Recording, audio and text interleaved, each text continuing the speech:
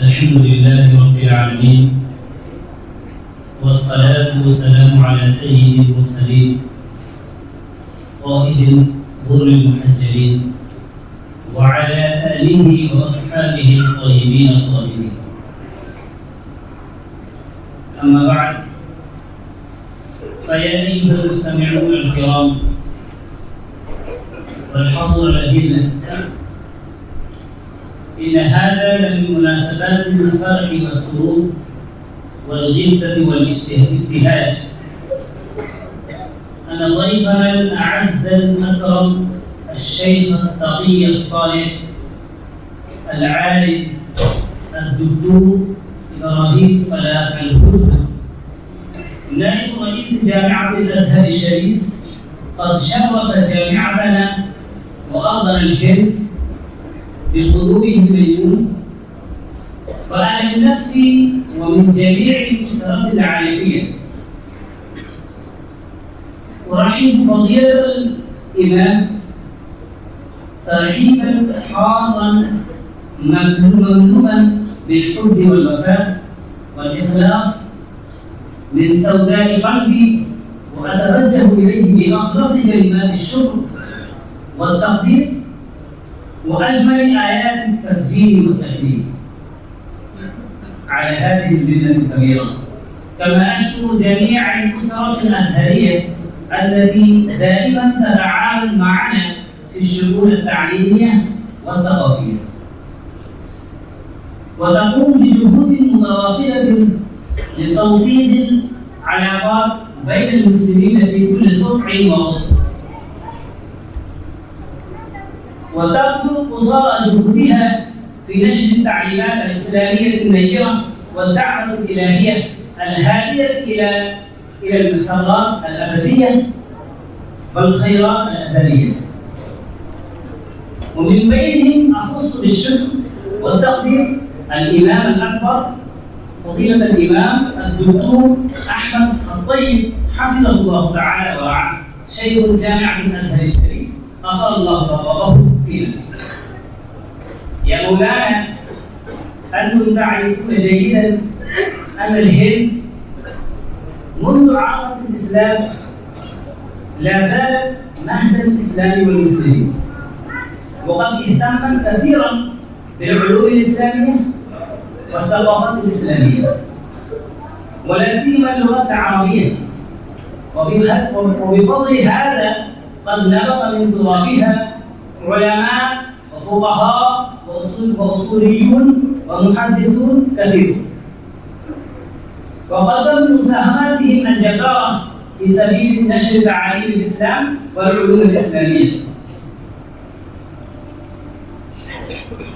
وكلهم كانوا بحمد الله، كل العلماء والفقهاء كانوا بحمد الله وتوفيقه على مرسى التوسط والاعتدال، ينظرون إلى العالم الإسلامي كله كبنية واحدة، والأمة الإسلامية كلها كجسد واحد، إذا اشتكى عضو منه تداعى له سائر الجسد، فكلهم كانوا خاضعين لناموس التغير والإصلاح فاستفادوا وأفادوا، وكانوا مبتعدين عن الجمود والتعطل، ولكن لسوء حظ الشعب الهندي المسلم قد جاء زمان احتجب فيه المشايخ الكبار وقل الرجال الصالحون، وكثر المترسمون والمتنظمون باسم الإسلام والمسلمين وباسم التصوف والروحانية. وبعد ذلك شاع التعصب والغلو والجنون والتعطل، وركدت القافلة العلمية كثيرا، وفقدت الميزات والخصائص التي اشتهرت من أجلها الهند وعلماؤها. وهنا طائفتان: طائفة تدعي العمل بالقرآن والسنة وتدعو إلى التشديد في نسبة الشرك إلى المسلمين الناطقين بالشهادة، وطائفة تدعي باتباع منهج أهل السنة والجماعة، ولكن أنى له من هذا، بل إنها تميل إلى التكفير والتفسير والتبديع، يتفرغ نفسه بالإسلام الصحيح ولا زالت عاكفة عليه. وفي هذه الأوضاع السيئة قام شيخنا الداعية الإسلامي الشيخ أبو سعيد إحسان الله المحمدي مناضلا ومجاهدا، فأنشأ في رحاب الزاوية العربية مركزا للعلوم الإسلامية ومعهدا لتربية الجيل الناشئ وكلية للدراسات الإسلامية والعلوم العربية باسم الجامعة العربية. فترباه على مبادئ الإسلام النقية الطاهرة، والذي حرض شيخنا على إنشاء هذه الجامعة في رحاب الزاوية هو ظن بعض الناس أن التصوف والصوفية ليست لهم صلة بالعلم والعلماء، وليس لهم دور في نشر الكتاب والسنة، في نشر علوم الكتاب والسنة، فأراد أن يزيل تلك التوهمات الفاسدة والتخيلات الفاسدة. ولما أراد شيخنا أن يؤسس الجامعة العربية ونظر في المقرر الدراسي الرائج في بلادنا، وجد أن المنهج الدراسي المتداول في شبه القارورة الهندية لا يستطيع أن يتماشى مع متطلبات العصر الظاهري، ولا يسمن ولا يغني من جوع، لأجل ما فيه من جنود وتعطل وعدم صلاحية التغير والإصلاح، ولأجل التغير في أوضاع وتطلبات العصر، فقرر أن يتبع المنهج الأزهري مع بعض تغير وتعديل بحسب حالته. فهنا عدة أشياء حثوا على اختيار المنهج الأزهري، منها أن الأزهر الشريف له منهج وسط معتدل، ليس فيه غلو ولا انحراف ولا تشديد. هذا المنهج في الدين هو الذي يستطيع أن ينقذ العالم الإسلامي من التفرق والتمزق، وشيخنا الداعية الإسلامي يتبنى هذا المنهج المتوسط الخالي من الإسراف، ويسعى له سعيه. ومنها أن الأزهر مركز تعليمي وتربوي قديم قد شاهد عواصف الدهور الماضية وتيارات العصر الحاضر أيضا، ولذلك جاء منهجه الدراسي كمنهج متكامل يجمع بين القديم الصالح والجديد النافع، فكان بالاتباع أحرى رشدا.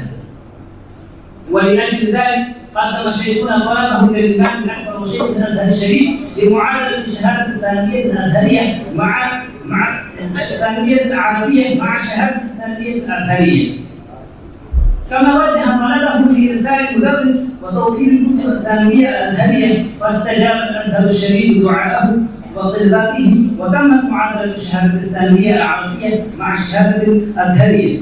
وكذلك أهدى إلى الجامعة العربية الكتب الثانوية الأزهرية، وأرسل إليها الشيخ عبد اللطيف فرغلي كمدرس وأستاذ.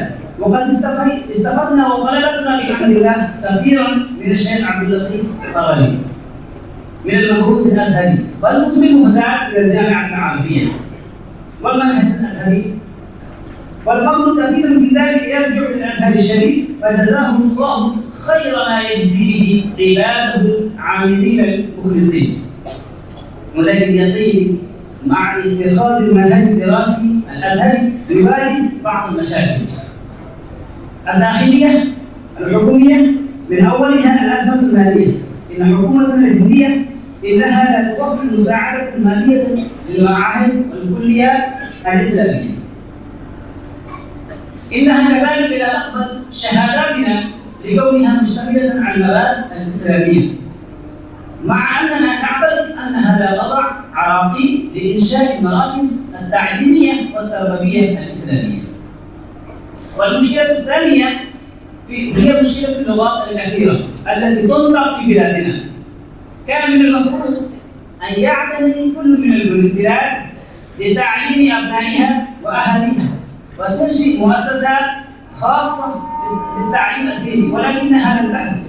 فالطلاب يأتون إلى الجامعة العربية من كل فج عميق، وينتمون إلى الولايات البعيدة، واللغة الأردنية هي اللغة السائدة بين أهالينا في الهند، والأردنية خاصة لغة المسلمين في الهند. ونحن ندرسهم عن طريق اللغة الأردنية. فالطلاب في بعض الأحيان يأخذون الوقت للإتقان باللغة الأردنية واللغة العربية، وبعضهم يتعلمون العربية بتأخير كثير، وهذا يحتاج إلى مضاعفة جهودنا معه، ولكننا مع ذلك بحمد الله قد أحرزنا نجاحا كبيرا في مجال التعليم، وقد استطعنا وقدرنا على إنقاذ الوعي الديني ونشر العلوم الإسلامية وإعداد الجيل الناشئ قد تحلى بالمبادئ والعلوم والثقافة الإسلامية وتربى على مكارم الأخلاق ومحامد الصفات. سيدي، هي الجامعة العربية تشتمل على معهد العلوم الإسلامية وكلية الدراسات الإسلامية ومعهد تحفيظ القرآن الكريم ومعهد تجويد القرآن الكريم وكلية الآداب والعلوم وبرنامج اللغة العربية للمبتدئين والدبلوم في اللغة العربية. وهناك مؤسسات أخرى مثلا مكتبة الشيخ إحسان الله والجامع الكبير الموجود في رحابه. وتفاصيل هذه المؤسسات كما يأتي: المعهد الإسلامي، هذا المعهد الإسلامي يدرس فيه حوالي 40,000 طالب في مرحلة الإعدادية والثانوية طبق منهج الأزهر الشريف مع بعض التغير والتعديل. ومدة الدراسة فيها مثل مرحلة الإعدادية في الأزهر الشريف. وكلية العلوم الإسلامية، هذه الكلية يدرس فيه حوالي 150 طالبا من العلوم الإسلامية والتفسير والحديث والفقه وعلومها والعقيدة واللغة العربية وآدابها. ومدة الدراسة فيها للحصول على الإجازة العالية 4 سنوات.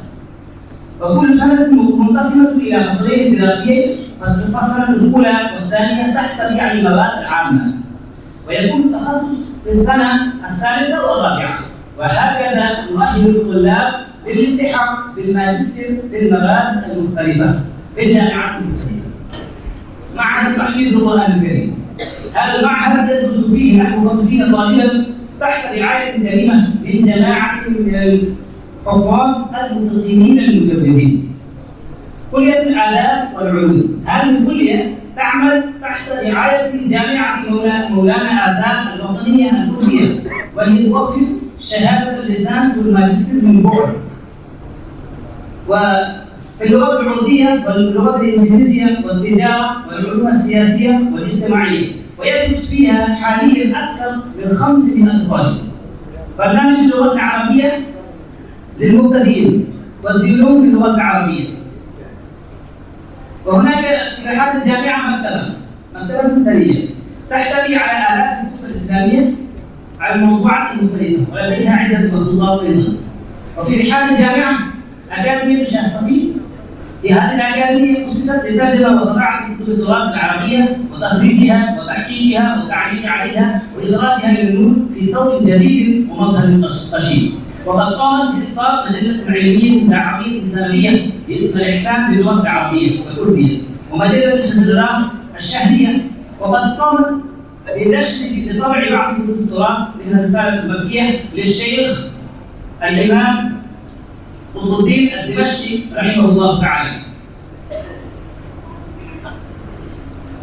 الجامعة الكبير، توجد في حال الجامعة جامع كبير، وهذا المسجد ان شاء الله في مرحله التكوين والتطور، وسياتي هذا المسجد ان شاء الله بحيث يسر الناظرين. وبالاضافه الى ذلك فان الجامعه العارفيه تعمل تحت رعايتها عديد من المدارس الابتدائيه في المناطق المختلفه الهنديه. اهداف المستقبل: ان الجامعه العارفيه تتوب الى انشاء كليات اسلاميه عديده، وذلك كله لتكون الجامعة العارفية جامعة إسلامية بكل معانيها وخصائصها، وتقوم بدور رائدي في نشر العلوم الإسلامية والمبادئ الإسلامية المتماشية مع مقتضيات العصر الراهن. فيا سيدي، نأمل منكم ومن جامعة الأزهر الشريف ومن الإمام الأكبر شيخ جامعة الأزهر الشريف أنها تتعاون، هذا مأمول من أنهم يتعاونون معنا في المستقبل في الشؤون التعليمية والثقافية كما أعاننا في الماضي حتى ننجح في آمالنا وأحلامنا ونفوز في إنشاء جامعة إسلامية حقيقية في الهند الشمالية. وختاما أتقدم لفضيلة الداعية الإسلامي الشيخ أبي سعيد إحسان الله المحمدي حفظه الله ورعاه، ومن جميع الأسرة العارفية إلى مقام الشيخ، إلى مقام سيادتكم وفضيلتكم، وإلى الإمام الأكبر الدكتور أحمد الطيب حفظه الله ورعاه، أعبر آيات الشكر والاحترام على أنه، وخاصة إلى الشيخ إلى سيدي إبراهيم صلاح الهدهد، على أنه شرف جامعتنا بوجوده المسعود، ونلتمس من فضيلته أن يشرفنا بزيارته مرارا وتكرارا حتى نستفيد منه أكثر وأكثر. السلام عليكم ورحمة الله وبركاته.